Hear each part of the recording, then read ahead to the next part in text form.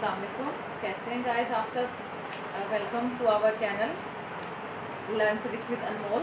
हम FSc part 1 lecture series हमने start की है। आज हमारा टॉर्क का टॉपिक चल रहा था, इसको कंटिन्यू करते हैं। Calculation of torque on rigid body. इससे पहले हम टॉर्क को डिस्कस कर चुके हैं, टॉर्क इन फैक्टर्स पे डिपेंड करते हैं, इसको डिस्कस कर चुके हैं। टॉर्क का यूनिट डायमेंशन जो सब कुछ हम इससे प्रीवियस लेक्चर में डिस्कस कर चुके हैं। तो आज हम रिजिड बॉडी के ऊपर टॉर्क कैलकुलेट करेंगे। रिजिड बॉडी कौन सी बॉडी होती है? ऐसी बॉडी जिसके ऊपर हम फोर्स लगाएं तो उसके जो मॉलिक्यूल्स है वो अपनी जगह से डिस्प्लेस ना हो, ऐसी बॉडी को हम क्या बोलते हैं? Rigid body. तो लेट्स सपोज हमारे पास एक रिजिड बॉडी है, कोई भी शेप बना लेती हूँ मैं, और ये इसका पॉइंट O है। इस पॉइंट को मैंने पिवट कर दिया, फिक्स कर दिया, जिसके गिर्द ये बॉडी क्या करेगी? रोटेट करेगी। तो ये मेरा पिवट पॉइंट है, और किसी भी पॉइंट पे इस बॉडी पे मैं क्या लगा रही हूँ? एक फोर्स F लगा रही हूँ। तो लेट्स सपोज ये पॉइंट जिसके ऊपर मैं फोर्स लगा रही हूँ, पॉइंट मेरा क्या है? Point P। इसको मैंने पॉइंट P का नाम दे दिया। रिजिड बॉडी है, एक पॉइंट से फिक्स कर दिया, जिसके गिर्द ये बॉडी रोटेट करेगी, और इस पॉइंट पे मैंने इस डायरेक्शन में इसके ऊपर क्या लगाया? F फोर्स लगाया। अब मैंने क्या करना है? पॉइंट P का पोजीशन वेक्टर ड्रॉ करना है। तो पोजीशन वेक्टर को हम पढ़ चुके हैं। पोजीशन वेक्टर हम कैसे ड्रॉ करते हैं? कैसा वेक्टर ड्रॉ करते हैं? जिसके हेड को हम उस पॉइंट के साथ कंसाइड करते हैं और टेल को ओरिजिन के साथ कंसाइड करते हैं। तो ये मेरे पास पोजीशन वेक्टर R बन गया पॉइंट P का।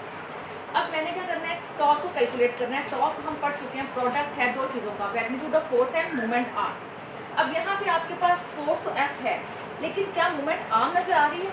मोमेंट आर्म को हमने पढ़ा था कि क्या होता है? परपेंडिकुलर डिस्टेंस है from line of action of force to the pivot point. अब इसके अंदर मेरे पास line of action of force क्या है? जिस लाइन का लॉन्ग फोर्स लग रही है, ये मेरी वो लाइन है जिसके लॉन्ग फोर्स लग रही है। ये line of action of force है, ये पिवट पॉइंट है। इनके दरमियान परपेंडिकुलर डिस्टेंस क्या है हमें नहीं पता, ठीक है। तो जब हमें मोमेंट आर्म का नहीं पता तो हम मोमेंट आर्म और फोर्स को मल्टीप्लाई करके टॉर्क कैसे कैलकुलेट कर सकते हैं? तो इसके लिए मेरे पास फिर दो तरीके हैं।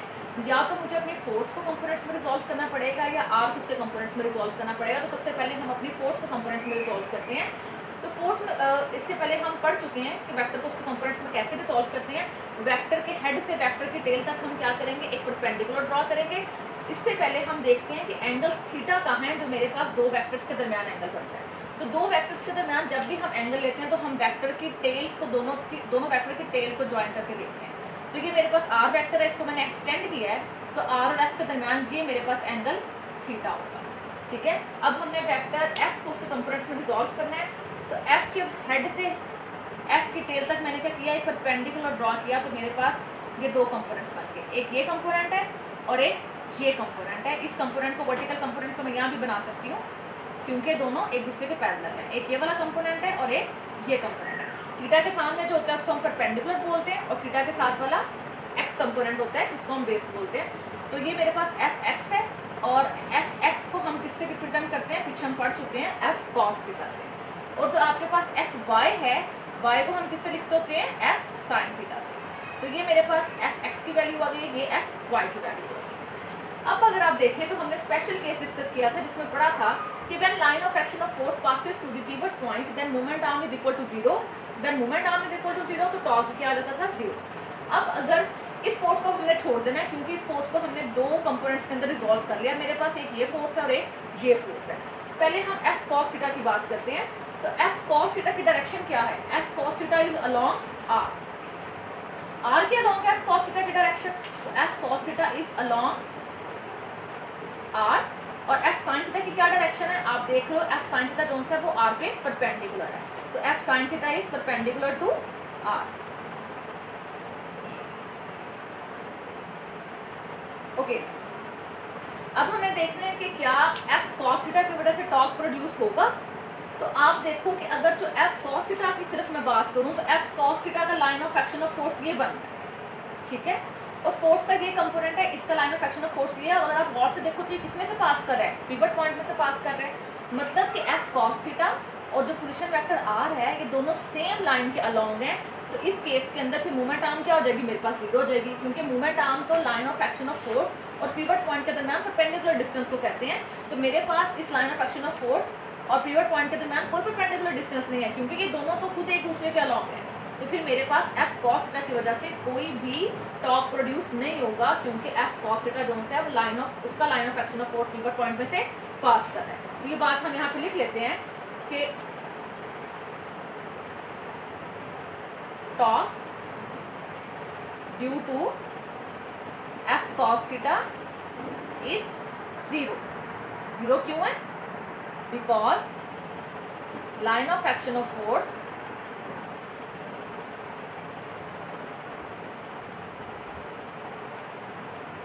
passes through pivot point। Line of action of force कहाँ से पास कर रहे हैं?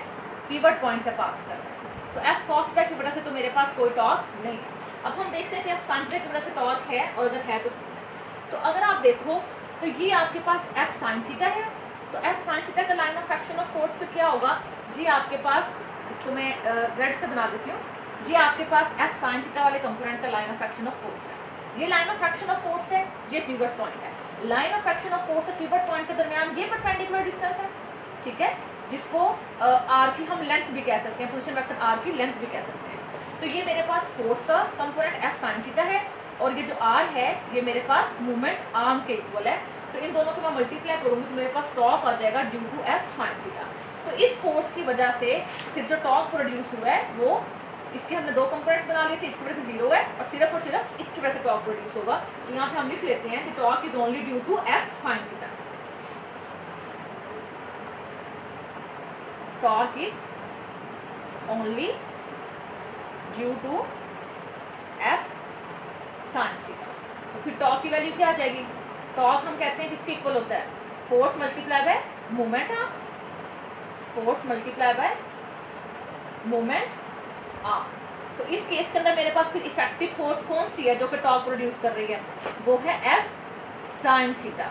और मोमेंट आर्म क्या है?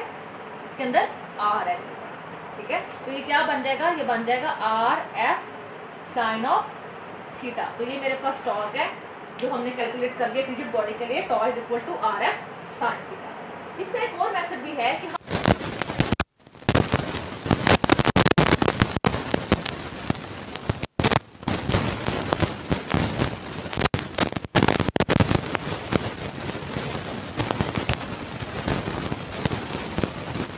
दोबारा से मैं कंसिडर कर रही हूँ एक रिजिड बॉडी, ठीक है, और इसको एक पॉइंट से मैंने फिक्स कर दिया। ये मेरा पिवट पॉइंट है जिसके रिजिड बॉडी का करेगी रोटेट करेगी। कोई एक पॉइंट ले लिया मैंने पी, जिस पॉइंट पे मैंने क्या लगाई है? फोर्स एफ लगाई है, ठीक है। ये वैसे ही जैसे हमने पिछले डायग्राम में देखा, इस पॉइंट को मैंने नाम दे दिया पी का। इस पॉइंट का पोजीशन वेक्टर लगाना है मैंने। तो ये मेरे पास क्या है? पोजीशन वेक्टर आर, जो कि परपेंडिकुलर डिस्टेंस लेंगे। टॉर्क फाइंड करना है, तो टॉर्क के लिए मुझे पता है कि मूवमेंट आर्म और मुझे फोर्स को मल्टीप्लाई करना है। तो यहाँ पे अब मैं क्या करूँगी? मैंने फोर्स को उसके कंपोनेंट्स में रिजॉल्व नहीं करना, बल्कि आर को उसके कंपोनेंट्स के अंदर रिजॉल्व करना है। हम एंगल देख लेते हैं। ये आपके पास क्या है? एंगल थीटा बन रहा है, जो आर और एफ के दरमियान एंगल है, ठीक है। तो आर को उसके कंपोनेंट्स के अंदर रिजॉल्व करते हैं। कैसे करेंगे? अगर ये एंगल थीटा है मेरे पास, तो ये वाला एंगल भी क्या होगा? इस आर को मैं ऊपर लिख देती हूँ। ये मेरे पास आर पोजीशन वेक्टर है। अगर ये वाला एंगल थीटा, तो ये वाला एंगल भी क्या होगा? थीटा होगा। ये हम मैथ में पढ़ चुके हैं कि अगर कोई दो लाइंस क्रॉस करती हैं, तो अगर आपके पास ये वाला एंगल थीटा, तो ये वाला एंगल भी क्या होता है? थीटा होता है। तो ये भी दो लाइंस क्रॉस कर रही हैं। ये वाला एंगल दोनों वेक्टर के टेल्स को ज्वाइन करके देखा, थीटा है। अगर ये थीटा है तो ये भी क्या होगा? थीटा होगा। और मैंने क्या करना है? आर को उसके कंपोनेंट्स के अंदर रिजॉल्व करना है। तो आर को मैंने उसके कंपोनेंट्स के अंदर ये रिजॉल्व कर लिया। थीटा के सामने वाला क्या होता है? वाई कंपोनेंट, या इसे हम बोलते हैं परपेंडिकुलर। तो ये आपके पास आर वाई है, और आर वाई को हम किससे लिखेंगे? आर साइन थीटा से। तो ये मेरे पास आ जाएगा आर साइन थीटा। और थीटा के साथ वाले को हम बेस बोलते हैं, ये एक्स कंपोनेंट बोलते हैं। तो ये आर एक्स है, और आर एक्स को हम किससे लिखेंगे? आर कॉस थीटा से लिखेंगे। ओके, तो अब आपके पास line of action of force तो सेम है ना, क्योंकि हमने फोर्स को उसके कंपोनेंट्स के अंदर रिजॉल्व नहीं किया। फोर्स हमारे पास ये है, ठीक है। तो ये मेरे पास क्या है? Line of action of force है। अब देखो कि line of action of force और पिवट पॉइंट के दरमियान परपेंडिकुलर डिस्टेंस हमें पता लग गया कौन सा है? ये line of action of force है, और ये पिवट पॉइंट है। तो अगर गौर करें तो ये जो आर साइन थीटा है, ये परपेंडिकुलर डिस्टेंस है between line of action of force and pivot point. तो इसका मतलब है कि आर साइन थीटा फिर मेरे पास किसके इक्वल होगा? मोमेंट आर्म के इक्वल होगा। तो ये बात हम यहाँ पे लिखते हैं कि मोमेंट आर्म फिर इस केस में मेरे पास क्या बन जाएगी? आर साइन थीटा बन जाएगी, क्योंकि मोमेंट आर्म हमें पता है क्या होती है? Perpendicular distance from line of action of force to the pivot point. ये कुछ इस तरह से बन जाएगा, अगर इसमें सेपरेट दिखाऊं तो ये line of action of force है, ये पिवट पॉइंट है। तो ये आप देख सकते हैं कि ये परपेंडिकुलर है line of action of force पे। तो ये मेरे पास फिर क्या है? मोमेंट आर्म, और ये किसके इक्वल है? आर साइन थीटा के इक्वल है। तो मोमेंट आर्म अगर मेरे पास आर साइन थीटा के इक्वल है, तो टॉर्क मुझे पता है किसके इक्वल होती है? Force multiply by moment arm. Force इस केस में क्या है? एफ फोर्स की मैग्नीट्यूड की बात कर रही हूँ, तो एफ आपके पास फोर्स है और मोमेंट आर्म क्या है, सॉरी मोमेंट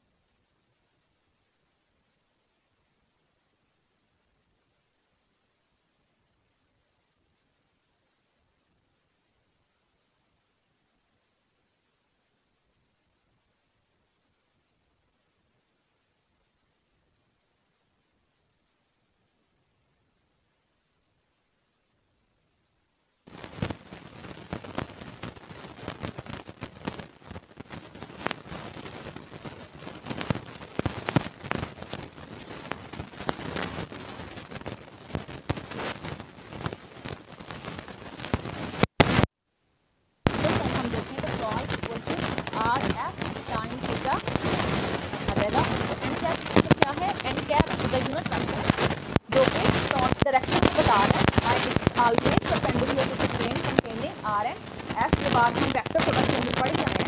तो जब हम दो चीज़ों का वेक्टर प्रोडक्ट लेते हैं तो जो यूनिट वेक्टर एन कैप आता है वो हमेशा परपेंडिकुलर होता है प्लेन के कंटेनिंग दैट टू वेक्टर्स जिनका हम क्रॉस प्रोडक्ट ले रहे हैं या वेक्टर प्रोडक्ट ले रहे हैं। तो पहले इसको हम वेक्टर प्रोडक्ट की फॉर्म में लिख लेते हैं। आपने इसके पिछले लेक्चर में देखा होगा कि ए क्रॉस बी किसके इक्वल होता है, हमने क्रॉस प्रोडक्ट में पढ़ा था, that is equal to A B sine theta N cap.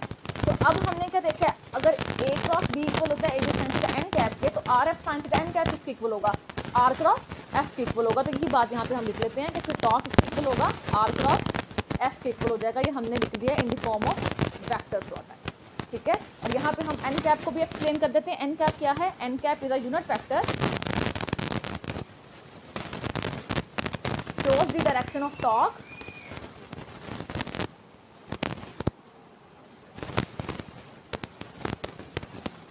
and is always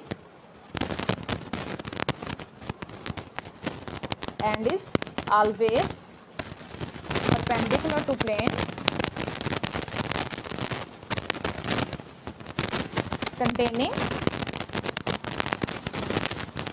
R and F, कि जिस प्लेन के अंदर मेरे पास आर और एफ वेक्टर लाई कर रहे हैं उस प्लेन के परपेंडिकुलर होगा। और इसके डायरेक्शन हम कैसे फाइंड करते थे, इसके डायरेक्शन हम फाइंड करते थे bye right hand rule.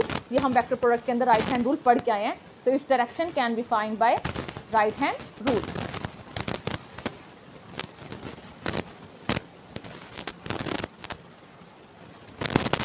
Right hand rules इसके डायरेक्शन हम फाइंड करते थे। फॉर एग्जाम्पल, अगर मेरे पास ये एक प्लेन है, ये मेरे पास प्लेन है और ये मेरे पास दो वेक्टर्स हैं, ये आर वेक्टर है, ये एफ वेक्टर है। तो अगर ये दो वेक्टर मेरे पास इस प्लेन के अंदर लाई कर रहे हैं तो जो एन कैप की डायरेक्शन है वो हमेशा इस प्लेन के ये परपेंडिकुलर है। ऐसे भी हो सकती है और डाउनवर्ड भी हो सकती है, ठीक है। तो अब हमें कैसे पता लगेगा अपवर्ड है या डाउनवर्ड है, तो ये हम फाइंड करते हैं बाय राइट हैंड रूल। और राइट हैंड रूल को हमने वेक्टर प्रोडक्ट वाले टॉपिक में एक्सप्लेन किया है, आप वहाँ से देख सकते हैं। ओके, यहाँ से हम टॉर्क की एक तीसरी डेफिनेशन भी लिख सकते हैं। इससे पिछले टॉपिक में जब हमने इसको स्टार्ट किया था, इससे पिछली वीडियो में हम टॉर्क की दो डेफिनेशन लिख चुके हैं। तो यहाँ से हम टॉर्क की एक और डेफिनेशन लिख सकते हैं कि torque is the vector product of position vector R and force F. तो यहाँ पे हम लिख लेते हैं क्रॉस प्रोडक्ट या द वेक्टर प्रोडक्ट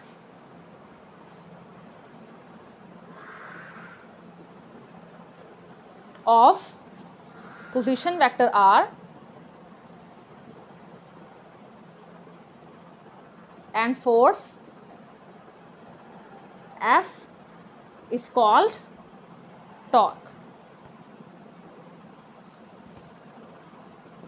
तो ये मेरे पास टॉर्क की एक तीसरी डेफिनेशन आ गई है। इस फॉर्मूला को देख के हमने लिखी है कि vector product of position vector R and force F is called torque.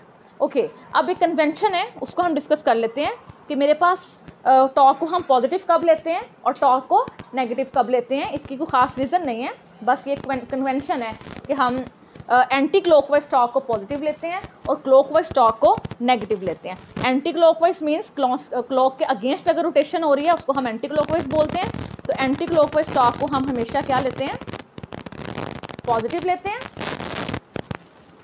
और क्लॉकवाइज टॉर्क को हम हमेशा नेगेटिव लेते हैं। क्लॉकवाइज टॉर्क मतलब क्लॉक की डायरेक्शन में अगर रोटेशन हो रही है तो उसको हम क्या लेते हैं, नेगेटिव लेते हैं। फॉर एग्जांपल, अगर ये मेरे पास स्पैनर है और ये नट है, ठीक है, अगर मैं इस डायरेक्शन में फोर्स लगाऊं, इसके ऊपर की तरफ फोर्स लगाऊं, तो रोटेशन की डायरेक्शन ये होगी, ये मेरे पास रोटेशन की डायरेक्शन है, और आप देख सकते हो कि ये मेरे पास क्लॉकवाइज है, ठीक है। क्लॉकवाइज रोटेशन होगी तो फिर ये टॉर्क कौन सा होगा, नेगेटिव होगा। लेकिन अगर मैं ऊपर लगाने की बजाय नीचे की तरफ फोर्स लगाऊं, अपनी फोर्स के डायरेक्शन को चेंज करूं, तो अब मेरे पास रोटेशन की डायरेक्शन ये वाली होगी, और ये आप देख रहे हो कि एंटी क्लॉकवाइज रोटेशन है। तो एंटी क्लॉकवाइज टॉर्क को हम क्या लेते हैं, पॉजिटिव लेते हैं। तो ये कन्वेंशन है, इसको आपने याद रखना है कि क्लॉकवाइज टॉर्क को हम हमेशा नेगेटिव लेते हैं और एंटी क्लॉकवाइज टॉर्क को हम पॉजिटिव लेते हैं। ओके, इस टॉपिक के लास्ट पे 2-3 लाइंस हैं, वहाँ से एमसीक्यूज आते हैं या शॉर्ट क्वेश्चन आते हैं। Force determines the linear acceleration and torque determines the angular acceleration of a body. इससे पहले न्यूटन सेकंड लॉ को हम पढ़ चुके हैं। न्यूटन सेकंड लॉ क्या था, F = ma, ठीक है। फोर्स है, मैथ है और एक्सेलरेशन है। तो फोर्स से हमें क्या पता लगता है, लीनियर एक्सेलरेशन का पता लगता है। अगर किसी बॉडी पे हम फोर्स लगाते हैं तो लीनियर एक्सेलरेशन प्रोड्यूस होती है। तो ये मेरे पास फोर्स और एक्सेलरेशन का रिलेशन है। इसी तरह एक रिलेशन हम पढ़ेंगे आगे जाके, इसको हम डिराइव भी करेंगे, एक्सप्लेन से पढ़ेंगे चैप्टर नंबर 5 में। टॉ = I अल्फा। यहाँ पे टॉ क्या है, टॉर्क है, आई मूवमेंट ऑफ इनर्शिया होता है, और अल्फा हम एंगुलर एक्सेलरेशन को बोलते हैं, ठीक है। इन टर्म्स को हम आगे जाके एक्सप्लेन भी करेंगे। यहाँ पे सिर्फ हमने ये देखना है कि जैसे मेरे पास फोर्स से लीनियर एक्सेलरेशन का पता लगता है, इसी तरह मेरे पास टॉर्क से एंगुलर एक्सेलरेशन का पता लगता है। तो यहाँ से अगर आप देखो तो ये यहाँ पे लीनियर एक्सेलरेशन, इसकी जगह मैंने क्या लिख दिया, एंगुलर एक्सेलरेशन। मैस की जगह क्या लिख दिया, मूवमेंट ऑफ इनर्शिया। जो काम मैस लीनियर मोशन में करता है वही काम movement of inertia angular motion में करता है। तो अगर इसी तरह देखें तो फोर्स जो रोल अपना लीनियर मोशन में प्ले करती है, टॉर्क अपना वही रोल एंगुलर मोशन में प्ले करता है, ठीक है। तो ये बात आपने याद रखनी है कि एंगुलर मोशन में टॉर्क फोर्स का एनालॉगस है, मतलब जो काम लीनियर मोशन में फोर्स प्ले करती है वही रोल एंगुलर मोशन में टॉर्क प्ले करता है। ओके, और F = ma जब हमने पढ़ा था तो हमने देखा था कि जब कोई body linear velocity, uniform velocity के साथ मूव कर रही है, यूनिफॉर्म वेलोसिटी या कांस्टेंट वेलोसिटी, मतलब वेलोसिटी चेंज नहीं हो रही, तो वेलोसिटी चेंज नहीं हो रही तो एक्सेलरेशन क्या होता है, change in velocity over time. तो वेलोसिटी चेंज नहीं हो रही तो एक्सेलरेशन क्या आ जाएगा, 0। एक्सेलरेशन 0 आ जाएगा तो फोर्स क्या हो जाएगी मेरे पास, 0। इसी तरह हम यहाँ पे देखेंगे एंगुलर एक्सेलरेशन की भी यही definition, change in angular velocity. तो जब कोई बॉडी यूनिफॉर्म वेलोसिटी के साथ, यूनिफॉर्म एंगुलर वेलोसिटी के साथ मूव कर रही है, यूनिफॉर्म एंगुलर वेलोसिटी को हम ओमेगा से रिप्रेजेंट करते हैं। चैप्टर 5 में इन टर्म्स को हम डिटेल से देखेंगे, इनकी डेफिनेशंस भी देखेंगे। तो अगर कोई बॉडी यूनिफॉर्म एंगुलर वेलोसिटी के साथ मूव कर रही है तो आपके पास ओमेगा क्या आ जाएगा, कांस्टेंट आ जाएगा, ठीक है। और अल्फा किसके इक्वल होता है, अल्फा होता है del omega over del t, मतलब change in velocity over time.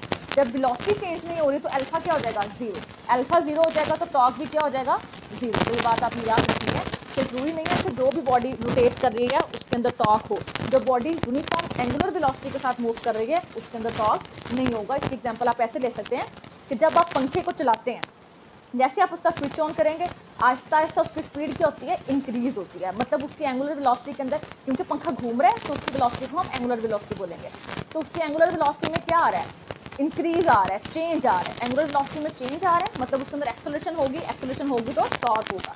लेकिन एक टाइम के बाद जाके उसकी स्पीड जो है वो कांस्टेंट हो जाती है। जब वो अपनी फुल स्पीड पे चला जाता है तो फिर वो क्या करता है, अपनी कांस्टेंट स्पीड के साथ मूव करता रहता है। जब वो कांस्टेंट स्पीड के साथ मूव कर रहे हैं तो उस टाइम ओमेगा कांस्टेंट है, मतलब वेलोसिटी में कोई चेंज नहीं आ रहा है एंगुलर वेलोसिटी में, तो अल्फा क्या हो जाएगा, 0। अल्फा 0 हो जाएगा तो टॉर्क भी क्या हो जाएगा, 0। तो इसका मतलब है कि जब पंखा अपनी कांस्टेंट स्पीड के साथ मूव कर रहा है उस टाइम उसके अंदर टॉर्क 0 होगा, क्योंकि अल्फा की वैल्यू क्या हो जाएगी, 0। इसी तरह हम पंखे को जब बंद करेंगे तो आहिस्ता आहिस्ता उसकी स्पीड फिर क्या होना शुरू हो जाती है, कम होना शुरू हो जाती है, मतलब स्पीड कांस्टेंट, उसकी वेलोसिटी कांस्टेंट नहीं रही। तो अल्फा की वैल्यू होगी, 0 नहीं होगा अल्फा, एक्सेलरेशन उसके अंदर प्रोड्यूस होगा, एक्सेलरेशन होगा तो उसके अंदर टॉर्क भी प्रोड्यूस होगा।